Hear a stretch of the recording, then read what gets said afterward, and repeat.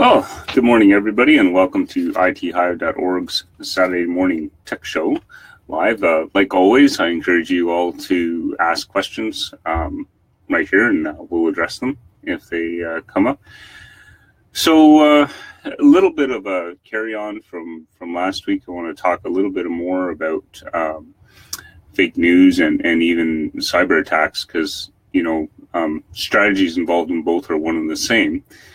And also a little bit of a talk about free again. We've done this before, and it's an important underlying, and I know none of my customers are in this world because I take them out of it. But so here's the thing. I just had a new customer come to me, and I've seen this before. Their previous tech, whoever that person was or organization, whatever, felt that they should be saving money. And I bet they probably didn't even ask them. And I hope that they didn't pay for the service they got, because it was deplorable. So from what I can gather, they originally had a legitimate copy of Windows 7. Whoever was helping them upgraded them to Windows 8.1, which is like the worst operating system around. And which is also crazy, because Microsoft was giving Windows 10 licenses free for anybody that had Windows 7 and up. So I don't know why that happened, but it did. So, but their upgrade to 8.1 was illegitimate. It was a pirated copy. And not only that, their Office software was also pirated. And then to combat that, they'd installed all kinds of, 2 versions of free antivirus software, and also a little utility that would hide the piracy issue, so that everything would keep on working. And then all kinds of other, free garbage tools. And of course, this is why the client got a hold of me in the first place, because she was having problems. Well, yeah, no kidding. And, I shake my head when I see this out here. I certainly hope that this wasn't done by a professional. Maybe it was done by Uncle Bob. I think I'll just create that guy as a character, because I hear that a lot. No, my business is covered because Uncle Bob is taking care of us, for free and all that stuff. Well, sorry if your name's Bob. I'm not picking on you in particular, but it's just a thing, right? It's frustrating. So nonetheless, this client was not helped in any way, and they were doing their banking on this machine and everything. So I cleaned it up for them, educated them on the issue. And of course, no surprise here, right? Even though there was 2 free versions of antivirus software on the machine, there were 3 active viruses on the computer. Imagine that, which were undetected. So clean that all up, and now we're going through a process of, protecting your data, legitimizing the operating system, legitimizing their Office software, and getting them in a world where things are working, right? So the question is it free? And this is a question that you should always ask yourself. Yes, there are some things on the internet that are free and that are good and stuff, but always be careful. One of the things I always say on this show is, when it's free, there's no responsibility. So that is definitely a given, okay? There is no responsibility. Don't expect any, because there is none, all right? When it's free, it might involve some criminal activity. When it's free, it might involve risk. You might find that you are in a vulnerable situation, right? So be very careful with that free issue. I don't subscribe to that at all. a little bit lenient on the residential side of things, managed. But if you're running a business and you're always looking for free stuff, oh boy, you're putting your business at so much risk. And it doesn't make any sense neither. You run a business, it's an expense to your bottom line. You write it off in your taxes. Why would you want to do technology for free? It's just not a world you want to be in. It's going to, or you know what? Okay, so a little bit beyond free. Another realm on this in business as well is that free and cheap is also, your expectations, I think, are in line with what you're paying for a service. And if it's really cheap, then your expectations should be in line with that as well. So it's a matter of risk and risk tolerance for the business owners out there. If what you're protecting or the technology you have in your business is a key component to your business, and again, I do this challenge with people: look at your technology and make it mentally disappear for yourself and say, okay, what does that now cost me? And if you're not doing that as a business owner, you might find out the hard way one day when it actually does happen to you. Because one of the things I've said on this show very often is that technology will fail. Always expect it to fail. If you're not in that mindset, if you're not thinking that the technology is going to fail, when it happens, you're gonna learn then. And learning that lesson in that situation is sometimes hard, and sometimes it can be the end of what you're doing as well, depending on what happens. So much better to be proactive, much better to be prepared, much better to make a proper investment in your technology. And Uncle Bob, sorry, you don't do a good job. Get a professional on your side. So this is a bit of a lead into what I wanted to talk about after. Technology is a wonderful thing for us, and it can, and very, very often, it's always going to get better and better and better. Okay. Now, there's always a downside to technology improving, because we have people out there that are unethical, and we have governments and rogue agencies and stuff that want to, change the messaging or deliver fake news and all that stuff. And it happens, and it's happening today. And I tried to find a link to post on our Facebook page about this, but the CBC, Adrian Arsenault, did a great story. I think it was on Thursday night's National here in Canada. And she was talking about fake news and how that can be propagated.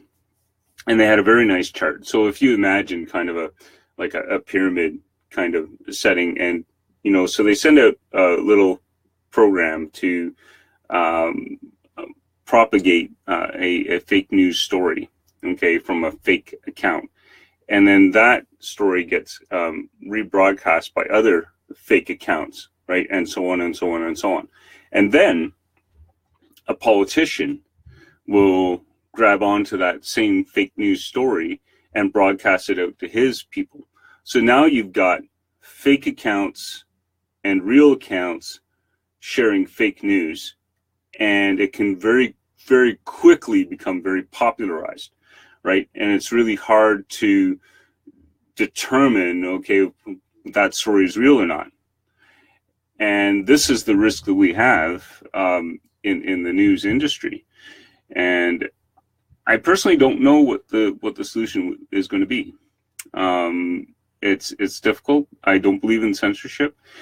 I think the internet should be a free and open form of communication. However, unfortunately, I think we all need to be educated and guarded against those elements out there that are disseminating incorrect facts. It happens, right? And if you think what you're reading is not real or is real, right, you should question it, right? So I always challenge people to look in many ways. Now, the other aspect to this too is, and they can get caught up on all the same scenario, is that the web learns what you like, right? So if you clack on to a lot of fake news stuff, right, you're going to get a lot of fake news stuff, and then suddenly you're seeing only one side and an incorrect side to stories. If you're not challenging that, if you're not opening your mind to other avenues, then that's what you're going to see, and that's what you will only see, right? So now, along with the fake news, and the technology is almost the same, okay? And that is when we talk about security and cybersecurity. One of the services I offer my clients is I make sure that their stuff is working, and I put into action a call out to the client or fixing it on my end if something's not going right and something's not working on the machine. So why is that important? Well, here's why it's important. Because not the same people, well, maybe the same people, but anyway, there are actors out there on the internet that will send out programs that will look for machines on the web that are vulnerable. And when it finds one, it'll call home to the person that sent that out. And then suddenly you might have a real live hacker trying to infiltrate your system. Now, you could sit there and say, oh, that can't be me. Why would they go after me? Well, they don't care, really. They only care about the opportunity, right? And then they'll infiltrate that weakness in your system if it's not kept up to date, or your antivirus software is failing you, whatever the case may be. And then suddenly you have the bad guys in your machine, right? And now, will they do something? No. They might just sit there and continue to look for opportunity. If they can sit there undetected, then, why not? And then one day, when the opportunity presents itself, they hit you. Is this scenario going to get better in the future? For the bad guys, yes. For the good guys, well, I've said this many times. Unfortunately, I don't see a scenario where the good guys are going to be ahead of the bad guys. Technology is what it is, right? It is built by human beings. Computers are not smart. They're logical thinking machines, but they can't take a complex scenario that they haven't been taught to deal with and deal with it. So the bad guys always will have a leg up on us. And that's why we at ITHive.org believe very strongly that the presence of good software and the presence of good people is what will keep you safe and keep you out of trouble. And we're going to marry this all back to free. I had a friend who, there's been a rash of Facebook accounts being hacked through Messenger or whatever. And, people are clicking on stuff that they shouldn't be clicking on, whatnot. And then, entering in their user ID and password and then getting their accounts hacked. Really, I think that today people should know better than that. But it happens. And why does it happen? Because people don't know. And the bad guys will continue to take advantage of this. So, had some discussion here. And, I was going to offer some help and help out. And, at the end of the day, the guy's like, I just can't afford, and I'm talking about, like, my base service is $19 Canadian a month, right? There's not even understanding what the cost of my service is, right? They're like, oh, no, we can't do that. So what they're saying is, I don't want to spend $19 a month. I'd rather get hacked. Okay. All right. So not a customer for me. I'm beyond that, right? You know, the customers we want to bring into ITHive.org are understanding that, you know, yes, I don't want to be frustrated with technology. Yes, I do have to pay for real service. And yes, I'd love to have a human being in my corner to help me be protected, to help me understand what I need to do and guide me. And that's what we do. So, over 15 minutes. It's going to end the show here.